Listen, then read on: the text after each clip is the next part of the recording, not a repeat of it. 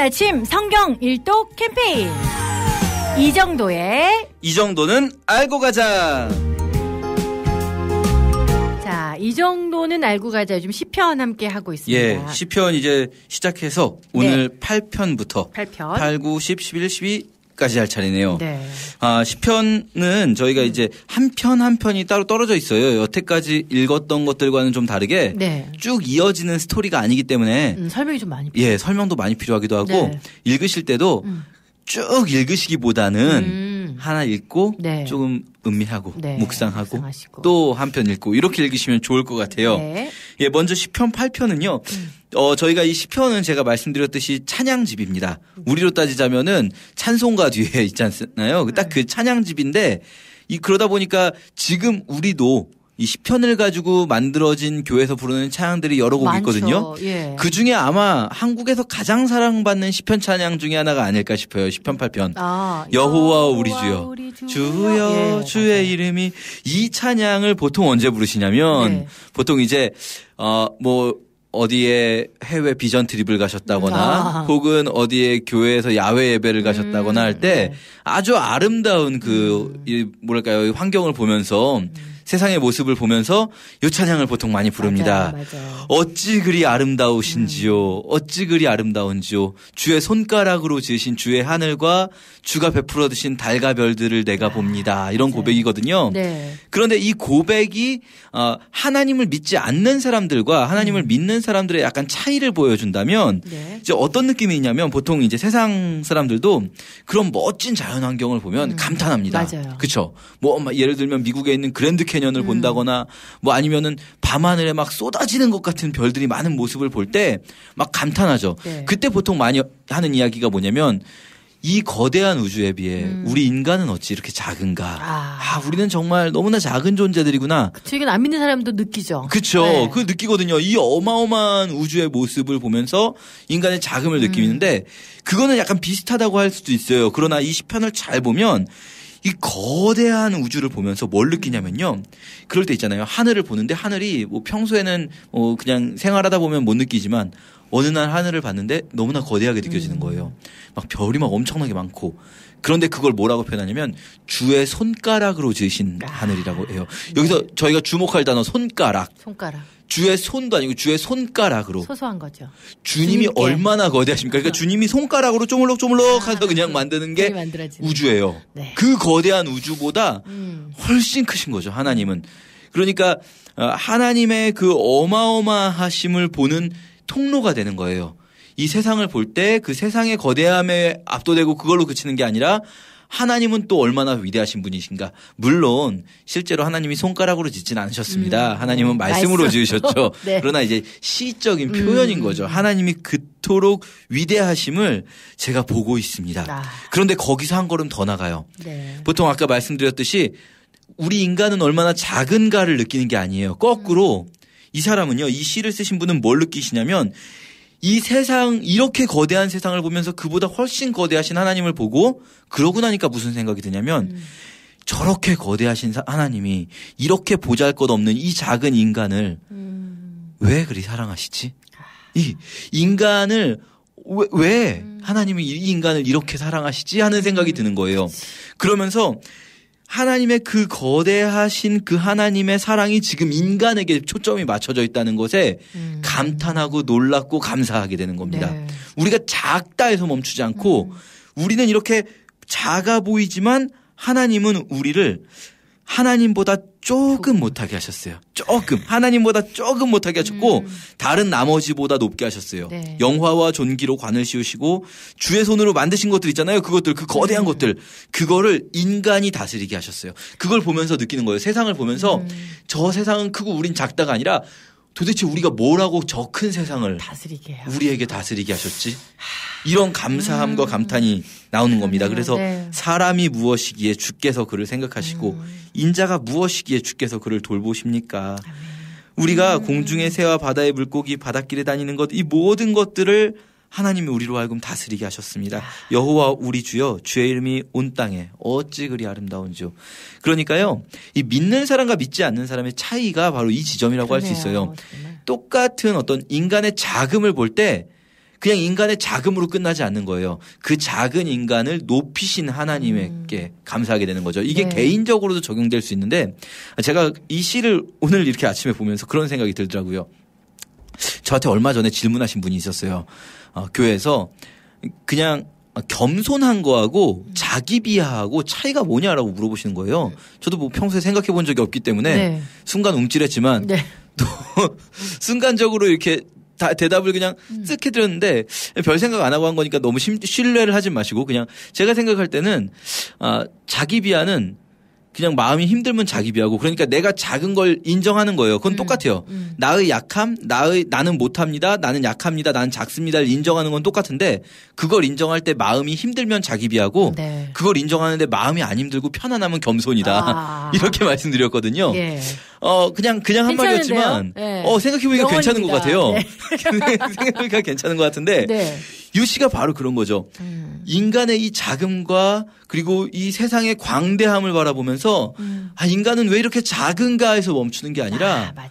하나님이 이 작은 인간을 높이셨다까지 가는 거죠. 네. 나는 왜 이리 약한가 나는 왜 이리 작은가 해서 멈추는 게 아니라 이 작은 나를 하나님이 높이셨다로 가는 거죠. 이게 그리스도인의 관점이라고 할 수 있겠죠. 네. 이렇게 시편 8편 너무 아름다운 시고요. 네. 이 노래도 한번 불러보시면서 읽으시면 너무 좋을 것 같아요. 이제 9편으로 넘어가서요. 9편과 10편은 원래는 아마 이어지는 노래였던 것 같아요. 이게 두 개가 붙어 있는 노래였던 것 같은데 이게 어느 순간 좀 떨어진 것 같습니다. 그렇게 볼 수 있는 근거는 우선 제가 말씀드렸던 게 저희가 지금 1권 읽고 있거든요. 네. 총 5권 중에 10편. 네. 1권은 거의 다 제목이 붙어 있어요. 그런데 10편이 제목이 안 붙어 있어요. 아, 그러네요. 9편에서 바로 이어져요. 네. 제목 없이. 그것도 그렇고 제일 사실 큰 거는 이 답관체라는 게 있습니다. 좀 어려운 말인데 이게 뭐냐면요. 맨 앞 글자를 우리식으로 말하면 가나다라에 맞추는 거예요. 맨 앞 글자를. 알파벳 철자 순으로 문장의 맨 앞 글자를 맞춰서 하는 거죠. 우리식으로 뭐 말을 만든다면 뭐 가시리 있고 하다가 나는 정말 가겠다. 뭐 다람쥐 가겠다. 뭐 가겠다. 랄라라 노래 부르며 가겠다. 뭐 이런 식으로 가나다라에 맞추는 거거든요. 여기는 이제 알렛 깃멀 달렛 이런 식으로 해서 답관체로 맞춰지는데 네. 9편이 알렛부터 카프까지 이게 중간이거든요. 카프가. 네. 그러니까 A부터 K까지입니다. 영어로 따지면. 그리고 10편이 라멧부터 타우까지 이게 L부터 끝까지 네. 있는 거예요. 영어로 따지면. 그러니까 이게 딱 누가 봐도 요거 중간에 끊어놓은 거예요. 한 편의 시를. 이게 아마도 원래는 한 편의 시였던 게 네. 중간에 이렇게 나눠진 게 아닌가 싶은데요. 네. 이 시는 그냥 쭉 읽으셔도 괜찮습니다. 네. 9편과 10편 한꺼번에 읽고요. 제목이 이제 다윗의 시 영장으로 뭇 라벤에 맞춘 노래 이렇게 돼 있는데요. 뭇 라벤이라고 하면 직역하면 이제 무트가 죽음이에요, 죽음. 그리고 라벤 할 때 벤이 아들이고요. 그래서 아들의 죽음에 맞춘 노래 했을 때 이게 무슨 말일까 했을 때 아들의 죽음 생뚱맞아요. 본문의 내용하고도 맞지가 않거든요. 네. 그래서 아마도 두 가지 추측이 있습니다. 첫 번째는 아들의 죽음이라는 노래가 음조가 있었던 것 같아요. 그 당시에. 그래서 뭐 우리 아리랑이라든지 그런 것처럼 네. 그래서 아들의 죽음이라는 노래의 음조에다가 이 시를 맞춰서 불러라. 라는 의미로 해석할 수가 있고요. 네. 그래서 이제 쉬운 성경 같은 경우는 아들의 죽음에 맞춘 노래라고 되어 있습니다. 그리고 또 한 가지는 이 무트 라벤이라고 말씀드렸는데 무트 앞에 뭐가 붙어 있냐면 전치사 어디에 맞추다 할 때 R이 있어요. 그런데 알무트를 합쳐서 그냥 알무트 한 단어로 보면 이게 전혀 다른 단어가 돼요. 알무트가 여자 목소리가 되거든요. 그래서 이건 여자 목소리로 부르는 노래다. 뭐 우리도 그 찬양할 때 그런 거 있잖아요. 자매님들만 부르시겠습니다. 이거 있지 않습니까?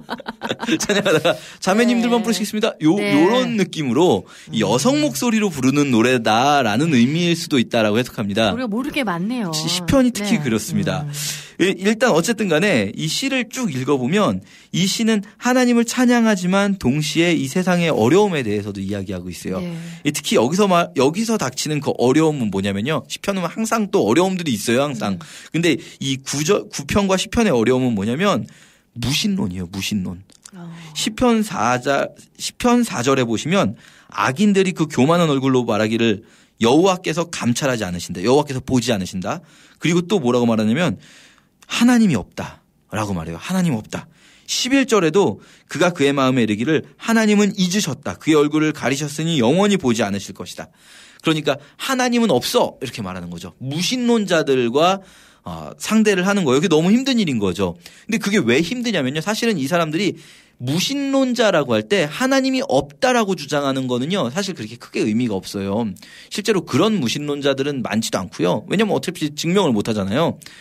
그런 하나님은 없다는 주장이 아니고 하나님이 있든 없든 간에 그 신은 이 세상하고 관계가 없어라고 부르는 겁니다. 하나님이 있는 것처럼 살아서 뭐 할래? 어차피 이 세상에 봐봐. 하나님이 정의의 신이라면 이런 일이 일어나겠어? 이 세상은 불의로 가득 차 있잖아. 너도 그냥 불의하게 살아. 그게 뭐가 문제야? 너도 그냥 남들을 압제하면서 살아. 어차피 하나님은 여길 보지 않고 있어. 라고 말하고 있는 거예요, 지금. 이 사람들은. 네. 하나님은 감찰하시지 않는다. 보지 않는다. 하나님은 앞으로도 계속해서 안 볼 거다. 그냥 지금까지 그래왔듯이. 이게 지금 이 9편과 10편에서의 문제거든요. 이 시편 기자가 느끼기에는 또 하나님이 좀 빌미를 제공한 것도 있는 것처럼 느껴지는 거예요. 왜냐하면 시편 1절에 보시면 여호와여 어찌하여 멀리 서시며 어찌하여 환난 때에 숨으시나이까.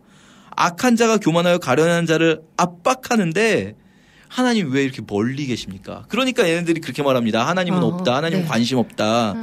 그러니까 이게 정말 이 매일매일 선하시고 정의로우신 하나님을 믿고 사는 사람이 받는 최대의 위기와 유혹은 뭐냐면 굳이 왜 그렇게 살아야 되냐 이거죠. 네가 왜 그렇게 살아야 돼? 어차피 하나님은 관심 없어. 네가 그렇게 살든 말든 하나님은 별 신경 안 써.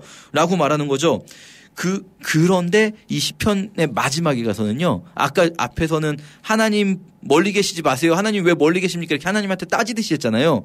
뒤에 가서는 그런데 하나님께 약간은 뭐랄까요? 하나님한테 부탁 좀 세게 말하면 명령처럼 여호와여 일어나소서. 제발 앉아 계시지 마시고 일어나셔서 손을 드시옵소서. 가난한 자들을 잊지 마시옵소서. 어찌하여 악인이 하나님을 멸시하게 하십니까? 이렇게 막 하나님한테 말하는 거예요. 하나님 가난한 자들을 잊지 마시옵소서. 이러다가 또 바뀌어요. 마음이. 뭐냐면 17절 가시면 여호와여 주는 겸손한 자의 소원을 들으셨습니다. 18절에서 고아와 압제당하는 자를 위하여 심판하사 세상에 속한 자가 다시는 위협하지 못하게 하실 것입니다. 이렇게 믿음의 고백으로 시편 기자 이 시편을 쓰는 사람의 마음 혹은 이 노래를 부르는 사람의 마음 자체가 그 악인들의 말에 약간 자기도 휘둘리면서 하나님 어디 계신 겁니까? 욥처럼. 그러다가 뒤에 가서는 하나님은 그런 하나님 아니다. 하나님이 반드시 하나님의 선을 이루실 것입니다라는 고백을 하면서 이렇게 마치거든요. 네. 근데 여기서 이제 중요한 건 뭐냐면 요 시가 아까 제가 말씀드린 대로 답관체라는 거예요. 알파벳 순서에 맞춘 이 답관체를 주로 언제 쓰냐면 뭐 항상 그렇진 않지만 외우기 쉽게 할 때 요걸 씁니다. 답관체를. 네. 긴 건데 외우기 어려우니까 네네. 가나다순에 맞추는 거죠. 대표적인 게 119편이거든요. 네. 엄청 길잖아요. 암송용입니다. 암송용 쉽게 말하면. 이거를 암송해서 항상 이 노래를 부르게 할 때 특히 젊은이들을 교육할 때 이걸 썼다는 거예요. 그럼 네. 이들의 교육은 뭐냐면요. 세상은 그렇게 눈에 보기에 하나님의 정의가 당장 이루어지는 것 같고 하나님의 선이 당장 이루어지는 것 같지 않다는 걸 미리 알려주는 거예요. 세상을 그렇게 장밋빛으로 알려주지 않는 거예요. 그러나 우리가 가져야 될 믿음은 무엇인가? 하나님은 반드시 선을 이루시는 분, 정의를 이루시는 분이라는 거죠. 오해하시면 안 되는 게 세상이 선한 모습을 보고 선하신 하나님이 살아계시는구나라고 알게 되는 게 아니에요. 세상은 악해 보일지라도 우리 눈에 보이는 건 악해 보일지라도 우리의 믿음은 하나님이 선하시다라는 믿음이고 그 믿음을 가진 자들에 의해서 하나님은 세상에 선을 이루어 가실 겁니다. 우리가 그렇게 이 시편을 보면서 그렇게 확신을 얻었으면 좋겠고요. 11편은 이제 위기 속에서 네. 확신을 얻는 시입니다. 1절이 정말 좋은데요.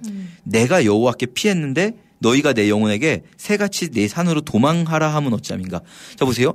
나는 이미 여호와께 피했어요. 그런데 사람들이 나를 보고 너희 산으로 빨리 도망가라 그러는 거예요. 그럼 이 말은 뭐냐면 여호와께 피했다는 말이 실제로 위기로부터 벗어나지 않았다는 거예요.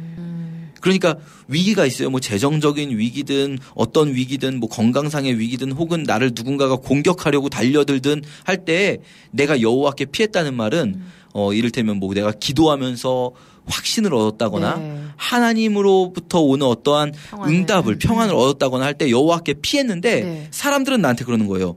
너 빨리 도망가라. 환경은 변한 게 없는 것 같아요. 그렇죠.